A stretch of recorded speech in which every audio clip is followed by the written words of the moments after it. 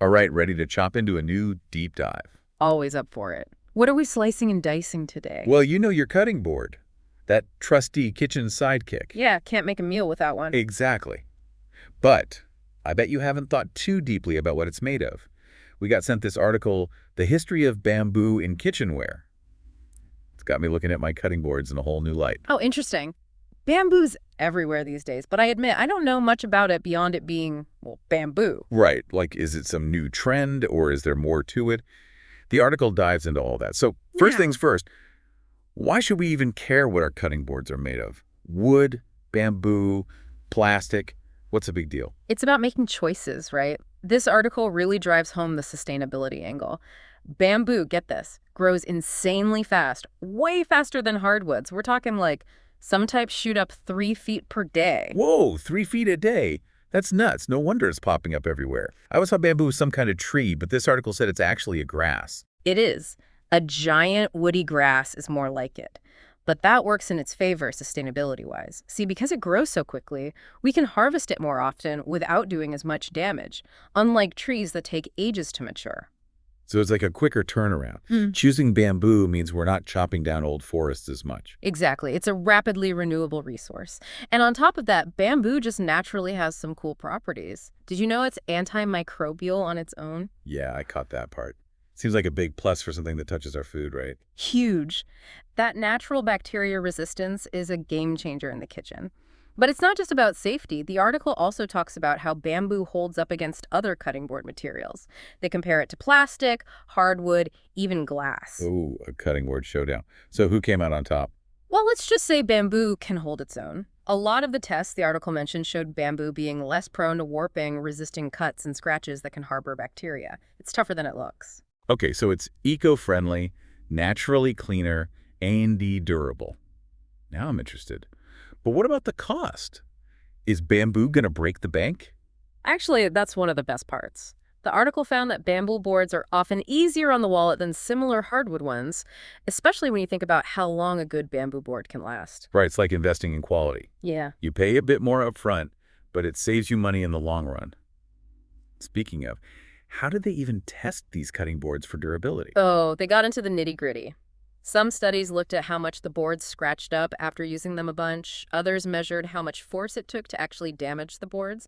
And then there were the more real-world tests, like how they held up to heat and moisture, kitchen stuff. Sounds like they put those boards through the ringer. And I'm guessing bamboo came out on top. Pretty much. It scored high for being tough, able to handle wear and tear without falling apart. And you know what's cool? That durability actually loops back to sustainability. If your cutting board lasts longer, you replace it less, which means less waste overall. Okay, you've convinced me. Bamboo it is. But I gotta admit, I've always been a little scared of bamboo cutting boards. Heard they need special treatment and all that. Don't worry, you're not the only one. There are definitely myths out there about bamboo being high maintenance. Honestly, it's not that different from taking care of any good wood cutting board. So, no tossing it in the dishwasher then? Nope, definitely not. Hand washing is key, just like the article said. Bamboo, like anything natural, can warp or crack with extreme temperatures or if it's soaking in water for too long. Makes sense. Yeah. Now, what about oiling?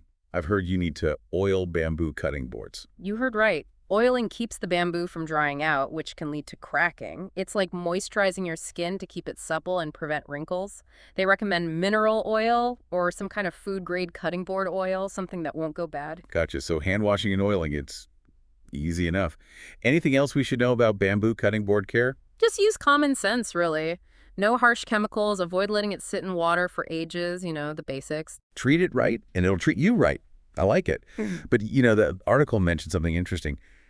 It's not just about how long a bamboo cutting board can last, but how its looks can actually make us take better care of it. Right, it's true. Think about it. If you've got this beautiful, well-made cutting board, you're more likely to want to show it off in your kitchen.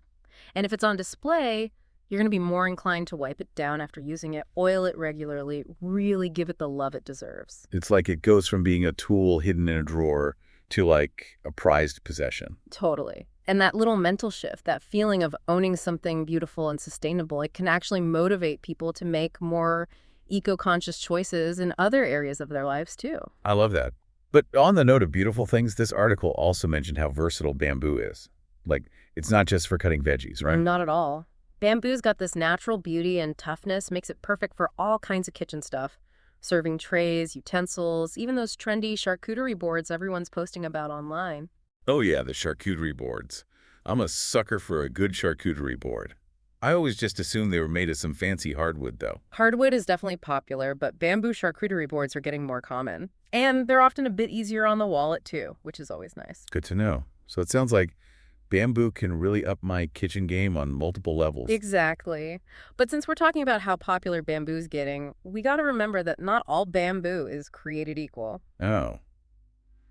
What should we watch out for? Spill the tea. It's all about being a savvy shopper, and this article really emphasized understanding where your bamboo comes from and how it's made. Right, savvy shoppers. So what should we be looking out for? What makes some bamboo better than others? Well, the article talked about certifications. You've ever noticed those little logos on products, like the FSC logo? I think so, yeah. Like a tree with a check mark. That's the one. FSC stands for Forest Stewardship Council. They've got all these rules about responsible forestry, and that includes bamboo. Seeing that FSC logo means the bamboo was grown and harvested in a way that's better for the environment, and it helps support local communities too. Okay, so it's like a stamp of approval, basically. FSC, good. Mystery bamboo, maybe not so much. What about how they actually make a cutting board out of bamboo? Does that matter for sustainability too? Absolutely. They were talking about laminated bamboo, which is when they take thin pieces of bamboo and glue them together to make a solid board. That's pretty common, but the glue they use for that can be a problem. Really? Yeah. What's wrong with the glue? Some glues have things like formaldehyde in them or other VOCs, those volatile organic compounds. Basically stuff you don't want ending up in your food. Formaldehyde. Yikes. So how do we avoid that? Look for bamboo products that say they're made with formaldehyde-free adhesives or low VOC adhesives.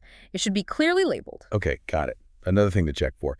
Now, how about the board itself? Does how it's put together affect how long it lasts? Definitely. The article mentions something called end grain versus flat grain construction. Picture the side of a cutting board, right? End grain means the bamboo fibers are all standing straight up on the cutting surface, like a bunch of straws packed together. It makes it super durable, less likely to show cuts. Ah, so it's like wood is stronger on the end grain than if you cut it along the grain. Right. Same idea. Exactly. And then flat grain is when the bamboo's laid flat, like those butcher block countertops.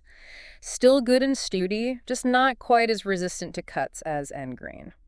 So end grain's the way to go for a cutting board that'll last. If you want something that can handle a lot of use, it's a good investment for sure. You know, beyond all this practical stuff, though, there's something to be said for how it feels to use a bamboo cutting board. Oh, yeah. Tell me about it.